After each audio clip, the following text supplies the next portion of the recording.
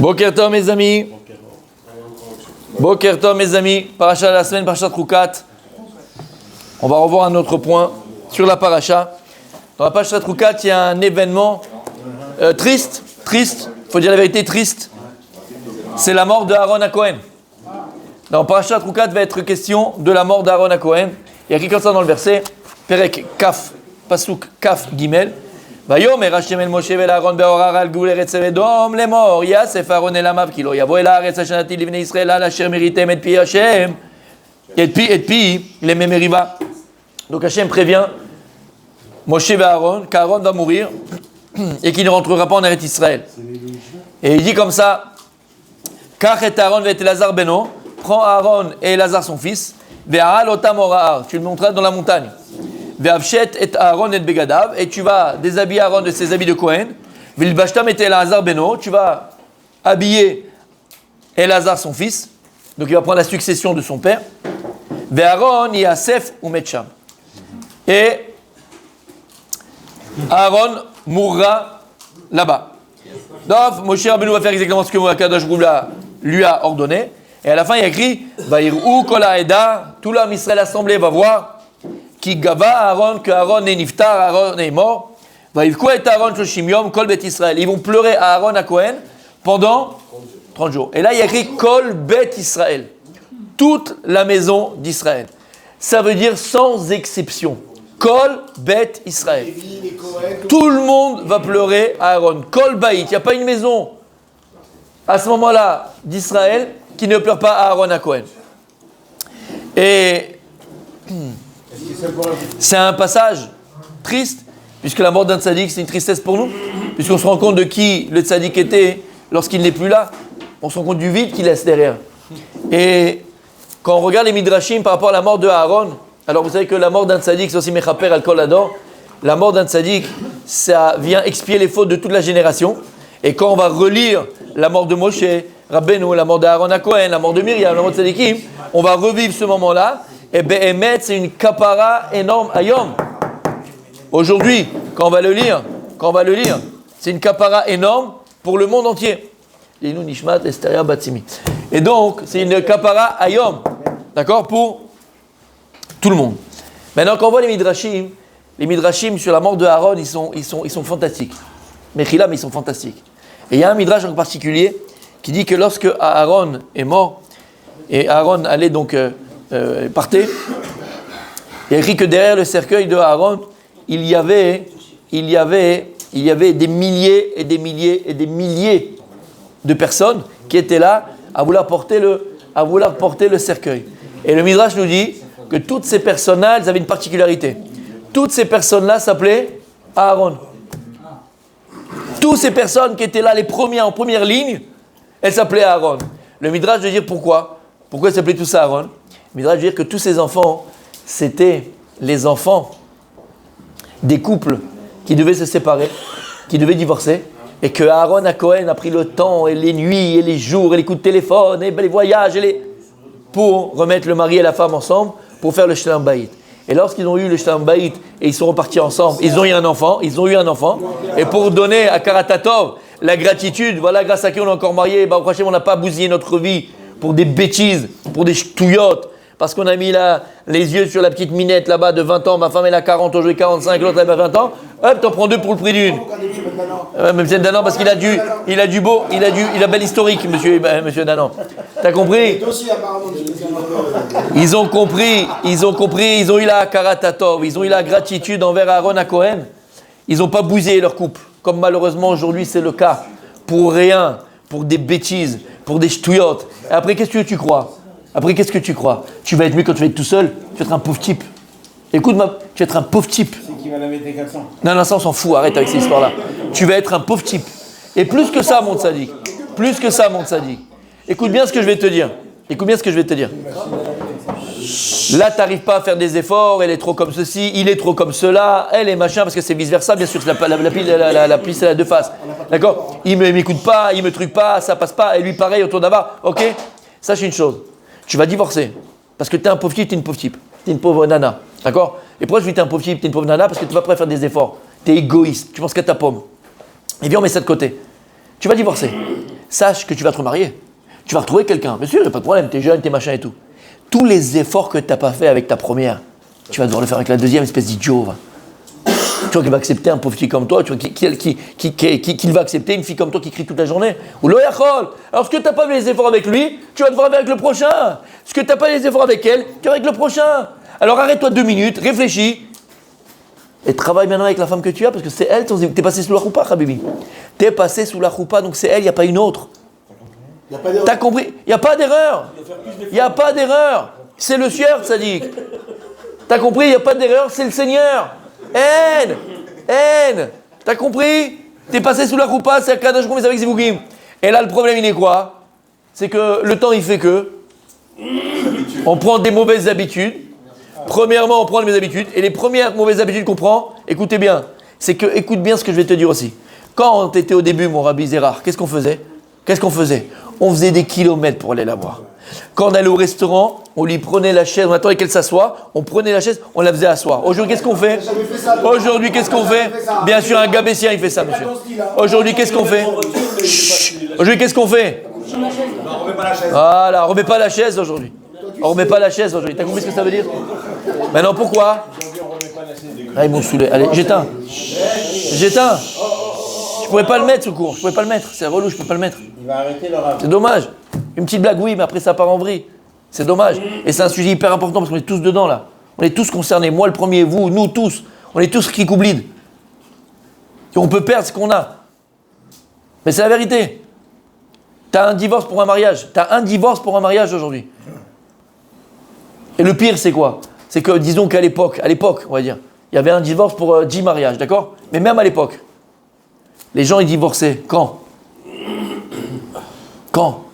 45 ans, 50 ans, 55 ans, on va dire, ils avaient des... Aujourd'hui, ils se mariaient 6 mois après, ils ont divorcé, les enfants. D'accord? Je parle de maintenant, les petits jeunes.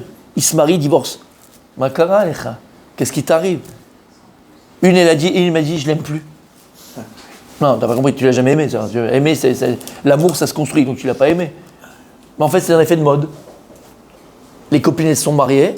Bon, alors moi aussi, pourquoi pas, on y va, tac et tout. Elle a vu les photos, les machins, le maquillage, les trucs. Elle était avec sa copine, t'imagines, les faux sourcils, les machins, la migvé.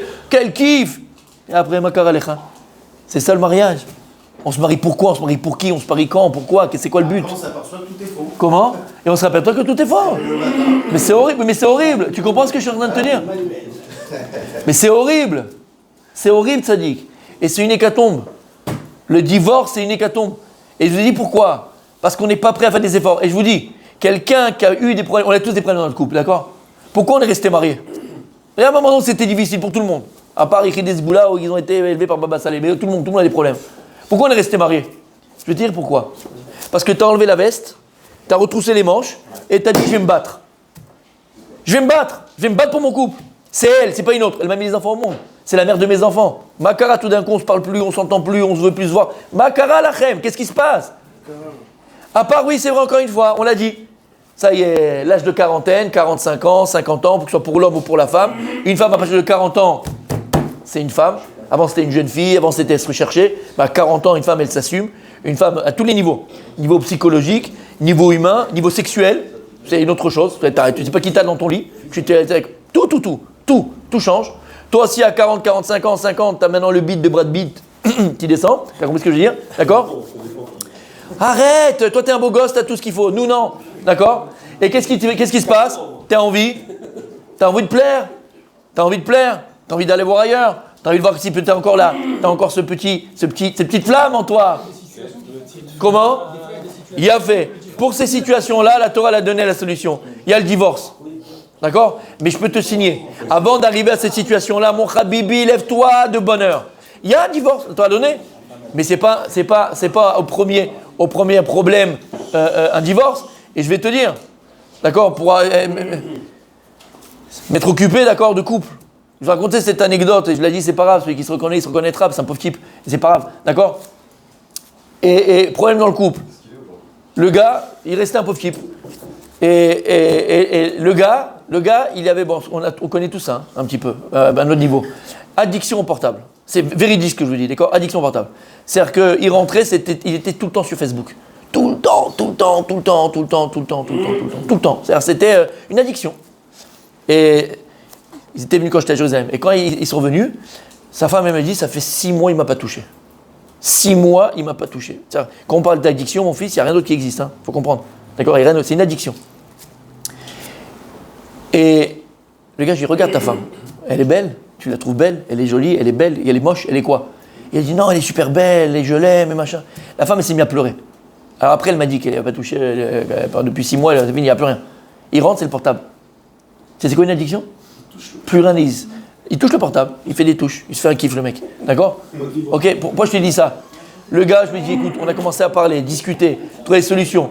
Tu rentres à la maison, le portable, quoi qu'il arrive, tu le mets dans un armoire, placard, fermé. Tu as ta femme, elle le met dans un truc, elle te le rend le lendemain matin. Tout ce que tu veux. Ça a duré 1 mois. Pendant 1 mois, il a fait des efforts et BMF, ça a commencé, elle était contente et machin. 1 mois. Après moi, c'est parti en cacahuète. J'ai essayé encore 2 mois de les aider. Après 2 mois, ils sont venus, machin, je lui ai dit, écoute, vas-y, dégage. Dégage. T'es un pauvre type. Tu vas foutre. Ils l'ont divorcé aujourd'hui. D'accord? Mais t'es un pauvre type, mais tu sais où tu vas aller? Tu crois quoi? Quand tu crois, elle peut tenir une vague comme ça. Avant d'arriver à ça, tu comprends ce que je veux dire? Faire des efforts. Et je te dis, un couple meurt quand tu l'as tué. N'oublie jamais cette phrase. Un couple meurt uniquement quand tu l'as tué. Mais si, bien sûr, on a des problèmes. Bien sûr, des fois, on n'arrive pas. Et je te dis, c'est la quarantaine. Entre 40 et 55 ans, on va dire, c'est là où ça pète, d'accord? Tout le monde, chez tout le monde. Parce qu'encore une fois, tu avais une jeune fille à la maison ou une femme et elle n'était pas encore entière. Oui, mais toi, c'est autre chose. D'accord, elle n'était pas encore. Là, à 40 ans, une femme, elle s'affirme.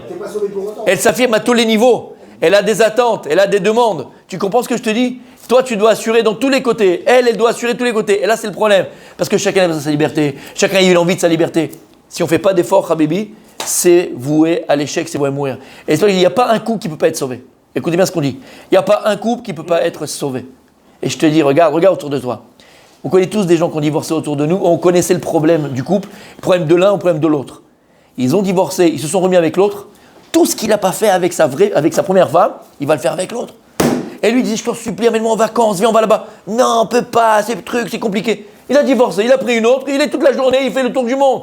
Imbécile, va, tu n'aurais pas pu le faire avec la première. Tu n'aurais pas pu le faire avec ta femme, espèce d'idiot.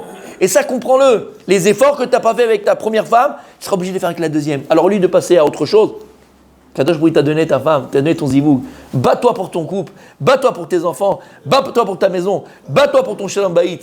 Les milliers d'enfants qui accompagnaient le cercueil de Aaron, ils s'appelaient tous Aaron. Lama, parce qu'il a fait shalom bayit à Karatatov, ils ont appelé tous leurs enfants, ces gens-là, Aaron Akwen.